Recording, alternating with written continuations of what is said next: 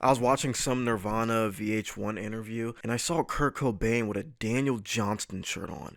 And I'm like, how the fuck does he know about Daniel Johnston? If you don't know, Daniel Johnston was an outsider artist, which basically means art on the outside of the mainstream and even the underground is outside of everything, and most outsider artists aren't discovered until they're dead. I made a video on it, just go check it out. Daniel Johnston had a small fan base in the 80s because he passed out cassettes of his music to customers at McDonald's while he worked. But if I'm not mistaken, this nigga was in Texas or West Virginia, maybe California, because that's where he was born, but never, it doesn't matter. Anywhere but Seattle. How the fuck did Kurt get a shirt? And then I just said, wow, this nigga had an awesome taste. Must have had an amazing personality. And then I got sad because I realized that's not as prominent today. I don't see niggas and shit like that anymore.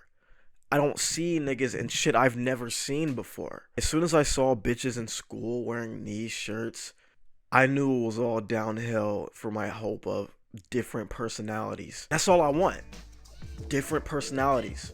More creative expression. Too many people dress the same. Well, everything has been done before. Bro, shut up. I hate when people say that, bro. You know it has. Like, there's clearly a difference between Finding Nemo and Taken, even though both of them is about a father going through hell to find their abducted children. You can buy this Daniel Johnston shirt to look just like Kurt, but you won't because there's too many factors in rocking a shirt. But today it seems like everyone can wear panda dunks and vintage band tees that aren't actually vintage, and you can assume their entire personality. No, I can't get to know them. I want to tell who you are by what you wear and how you carry yourself, you know, pose and walk, style and stance. If I didn't learn everything I could about Kurt Cobain and saw that interview and saw that shirt, I would have reacted the same way. The problem is that people don't give off the impression that they're different. They get their personality from one social media site, one mainstream bubble, whatever YouTuber they like, whatever streamer they like. Isn't that crazy that a nigga can exclusively listen to drill and be from fucking Massachusetts or some shit? These niggas get their personality from TikTok,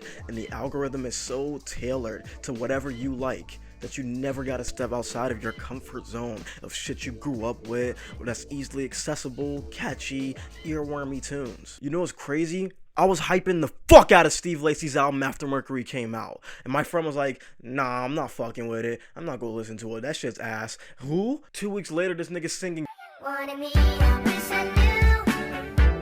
Imagine how annoying it is to talk to somebody and all they have in their head is just whatever's the newest, trendiest story going on right now. Like, bitch, I already saw that, bro. I read a whole thread about it for 10 fucking minutes today, bro. I don't want to hear about this shit no more. Look, all I'm trying to say is, if everyone had that Daniel Johnston shirt, then I wouldn't react the same way I did with Kurt. Johnston and outsider music is in a bubble.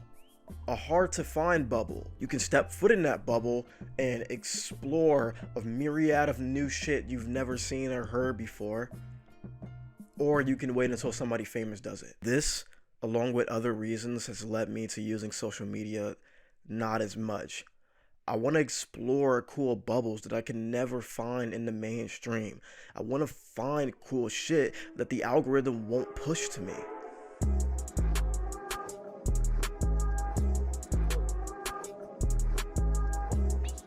Atlanta season 3 is a very different show than Atlanta season 2 or season 1. It was always thought-provoking and always hilarious. But season 3, episode 1 is the complete opposite of hilarious. Shit, 70% of the fucking season is not hilarious. It's not even funny. It's terrifying. This turned a lot of season 1 and 2 fans off of the show. But Atlanta kept doing that weird shit, and now they're on their final season, and it's very similar to season 3. And I love that. I love the show. Words can't describe how much I love this fucking show. But nobody's talking about it. I don't see hashtag Atlanta trending on Twitter every Thursday like I did for Euphoria and Stranger Things. I had to find niggas that I don't usually talk or find to talk about this show.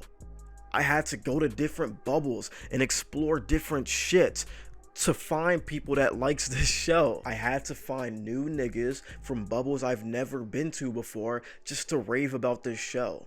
And I believe that gives me a unique personality. You recognize this tune? Yeah, that's Mike, all caps, underground from New York. His music is like real vibey, like navy blue or New Earl Sweatshirt. He's in that bubble. I believe that gives me a unique personality. I think something as simple as just thrifting can give you a unique personality if you allow it to, and not look for things that everybody else gets when thrifting. Shut up! You're not special. I just like shit that everyone else happens to like. You're not special, nigga. Fucking kill yourself, bro. Shut up with that shit. Bye.